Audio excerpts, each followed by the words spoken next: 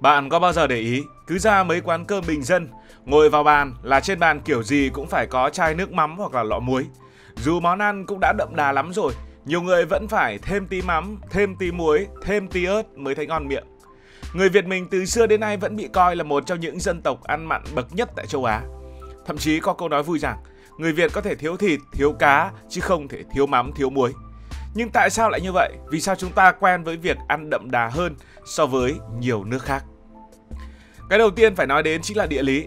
Việt Nam có đường bờ biển dài hơn 3.200 km, trải dài từ Bắc vào Nam. Sống gần biển thì cái dễ khai thác nhất là cái gì? Đó chính là muối. Chỉ cần lấy nước biển đổ vào ruộng phơi nắng vài ngày là kết tinh thành muối trắng. Muối rẻ, dễ làm, nhà nào cũng có, từ đó trở thành gia vị cơ bản ở trong mỗi bữa ăn. Người Việt đã sớm có muối và thói quen nêm nếm mặn mà hình thành từ rất lâu. Thế nên nhà nào mà có người nấu mặn thì người ta mới hay trêu nhau, dạo này muối rẻ à? Ngược lại, hãy thử so sánh với châu Âu thời Trung Cổ. Muối khi đó hiếm đến mức có thời kỳ được coi là vàng trắng, thậm chí còn là lý do gây ra chiến tranh. Ở châu Phi ngày xưa buôn bán muối mà trở thành đại gia. Và người châu Phi người ta buôn bán muối đi đâu thì cũng phần lớn buôn sang châu Âu cả thôi. Người châu Âu nấu ăn hạn chế muối, chủ yếu dùng thảo mộc như là hương thảo, bạc hà. Còn Việt Nam thì ngược lại, đã có muối dồi dào lại còn rẻ, nên người Việt dùng thoải mái, nêm nếm hết tay. Thế nên người Việt đã ăn mặn từ gốc. Thêm nữa, Việt Nam lại là nước nhiệt đới, nóng ẩm, nắng to và mưa nhiều. Trong điều kiện đó, người lao động ngoài đồng ruộng sẽ mất mồ hôi liên tục, toát mồ hôi rất nhiều. Mà mồ hôi thì chứa cái gì?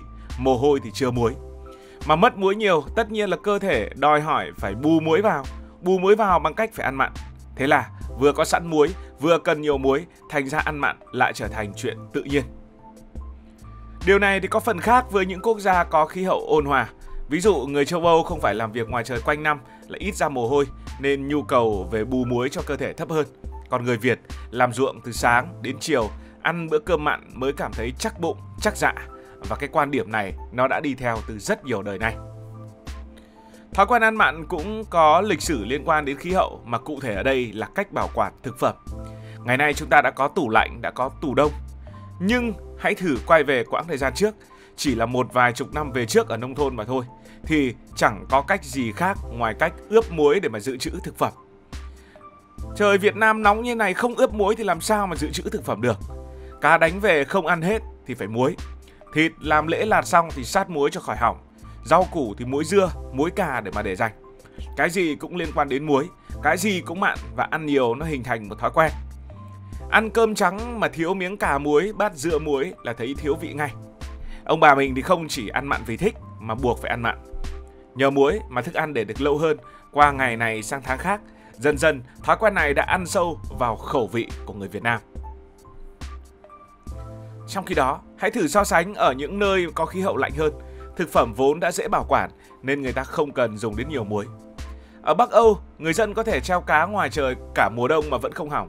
Còn ở Việt Nam, nếu mà không muối, thịt cá hỏng ngay ở trong nháy mắt. Vì thế, muối vừa là chất bảo quản tự nhiên, vừa là gia vị, góp phần tạo ra thói quen ăn mặn của người Việt Nam. Các cụ ta có câu, cá không ăn muối cá ươn cũng là vì thế. Muối nó không chỉ tồn tại dưới dạng hạt bình thường, mà muối còn tồn tại ở một dạng khác, đó là nước mắm. Không quốc gia nào trên thế giới dùng nước mắm nhiều và phổ biến như Việt Nam. Nước mắm không chỉ là gia vị mà còn là linh hồn của ẩm thực Việt Nam. Từ những cái bát bún, bát phở rồi vân vân và vân vân, cơm, gỏi, món nào cũng ít nhiều dính dáng đến nước mắm. Không thêm nước mắm vào giai đoạn này thì thêm vào giai đoạn kia. Ăn cơm không có nước mắm thì khác gì cá không có muối. Nước mắm bản thân nó đã mặn, lại còn thường pha thêm tỏi, ớt, đường để thành nước chấm. Vậy nên mỗi bữa ăn của người Việt Nam lại trở nên mặn mà thêm một chút. Hãy thử làm một vài phép so sánh với một số quốc gia khác ở khu vực và châu lục. Người Nhật thì có xì dầu, người Hàn thì thường dùng nước tương, người Trung cũng có nước tương. Nhưng mức độ gắn bó không dai dẳng, không gắn kết như nước mắm với người Việt Nam. Ở Việt Nam có thể thiếu thịt, thiếu rau, nhưng nếu bữa cơm mà không có bát nước mắm thì coi như mất ngon. Đây cũng là một thói quen truyền đời. Ông bà ăn mặn, cha mẹ ăn mặn, con cháu cũng ăn mặn. Các cụ lại có câu, đời cha ăn mặn, đời con khát nước. Tất nhiên không nên hiểu câu này theo nghĩa đen, nhưng phần nào đó nó cũng phản ánh cái thói quen ăn mặn của người Việt Nam. Trẻ con từ nhỏ đã quen với nước mắm nên vị giác coi như là mặn mới ngon. Nhiều người đi nước ngoài ăn đồ nhạt thì lại thấy không hợp vì quen ăn mặn theo kiểu của Việt Nam rồi. Vậy thì có con số nào minh họa cho khả năng ăn mặn của người Việt Nam hay không? Theo thống kê của Bộ Y tế, người Việt Nam tiêu thụ trung bình khoảng 9 đến 10 gram muối mỗi ngày. Con số này là gấp đôi khuyến cáo của Tổ chức Y tế Thế giới WHO. Y tế Thế giới khuyến cáo là 5 gram một ngày. Nghiên cứu còn chỉ ra rằng khoảng 70% lượng muối người Việt ăn đến từ gia vị thêm vào khi chế biến. Đó là nước mắm, đó là muối, đó là bột canh, chứ không phải từ thực phẩm chế biến sẵn như ở phương Tây. Điều này chứng minh ăn mặn là thói quen nấu nướng truyền thống chứ không đơn giản là do đồ ăn công nghiệp. Ngày xưa thì ăn mặn từng giúp ông bà mình khỏe mạnh ngoài đồng, giúp tránh mất muối. Nhưng ngày nay, khi điều kiện sống thay đổi, ăn mặn lại trở thành một gánh nặng cho sức khỏe. Và ăn mặn quá thì hoàn toàn không tốt cho sức khỏe. Ăn mặn thì làm sao? Có muối nhiều sẽ gây ra hiện tượng tăng huyết áp. Tăng huyết áp thì dẫn đến nguy cơ tim mạch và đột quỵ. Theo Tổ chức Y tế Thế giới, nếu giảm lượng muối xuống đúng khuyến cáo, Việt Nam có thể giảm được hàng chục nghìn ca tử vong do tim mạch mỗi năm. Nhưng nói thì dễ, làm mới khó.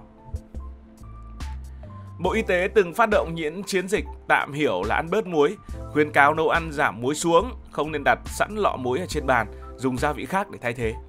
Nhưng mà thực tế thay đổi thói quen hàng trăm năm thì đâu có dễ. Nói về ăn mặn, Việt Nam không chỉ nổi tiếng ở châu Á, mà mỗi vùng mỗi miền ở nước ta còn ăn mặn theo một cách riêng rất khác nhau. Miền Trung được coi là vùng ăn mặn nhất Việt Nam. Các khảo sát cho thấy, người miền Trung, đặc biệt là những tỉnh ven biển như là Quảng Bình, Quảng Trị, Huế, ăn mặn gấp rưỡi so với miền Bắc và miền Nam. Lý do thì rất dễ hiểu, quanh năm gió Lào nắng gắt, mồ hôi lại ra nhiều, lại sống gần biển nên muối và mắm lúc nào cũng sẵn. Một lần nữa lại nói về độ mặn thì nước mắm Việt Nam đã được kỷ lục Guinness Thế giới chú ý. Nước mắm Việt có độ đạm cao hàng đầu thế giới, có loại lên đến 60 độ đạm. Để dễ hình dung, chỉ một thìa nước mắm loại này cũng mặn hơn cả một bát canh nhạt. Người Việt không chỉ dùng để nêm nếm mà còn chấm trực tiếp, điều mà nhiều dân tộc khác nghe xong đã phải lắc đầu. Một sự thật thú vị nữa đó là nhiều gia đình Việt Nam, đặc biệt ở nông thôn, hầu như trên mâm lúc nào cũng có 2 đến 3 món mặn: thịt kho, cá kho, dưa muối, nước mắm chấm rau luộc. Món rau, món canh cũng phải thêm muối mới thấy đậm, mới thấy ngon. Thậm chí là chấm hoa quả cũng phải chấm với muối. Điều này khiến người phương Tây cực kỳ bất ngờ so với kiểu của người phương Tây, nơi một bữa có salad nhạt, bánh mì, súp nhạt thì bữa cơm Việt đúng là quá nhiều muối. Ấy thế mà, người Việt Nam đôi khi còn coi thói quen ăn mặn là một phần bản sắc. Một số nhà nghiên cứu ẩm thực từng đùa rằng nước mắm không chỉ là gia vị mà còn là quốc bảo. Quốc bảo ở đây chính là thứ kéo khẩu vị của người Việt về phía mặn, khiến chúng ta khác biệt so với nhiều nền ẩm thực khác. Vậy nên, để trả lời câu hỏi vì sao người Việt ăn mặn, ta có thể gói gọn: vì địa lý chúng ta có đường bờ biển kéo dài, vì khí hậu nóng ẩm khiến cho quá trình lao động mất nhiều muối, vì lịch sử cần bảo quản thực phẩm bởi vì chúng ta ở khu vực nhiệt đới, vì văn hóa nước mắm ngàn đời. Ăn mặn từng là một nhu cầu sinh tồn, nước mắm từng là một thứ mang tới bản sắc, nhưng mặn quá thì rất hại cho cơ thể. Cảm ơn vì đã quan tâm theo dõi câu chuyện này. Nếu cảm thấy thú vị, bạn có thể nhấn nút đăng ký kênh, bật chuông thông báo và chia sẻ. Còn bây giờ thì xin được nói lời chào tạm biệt.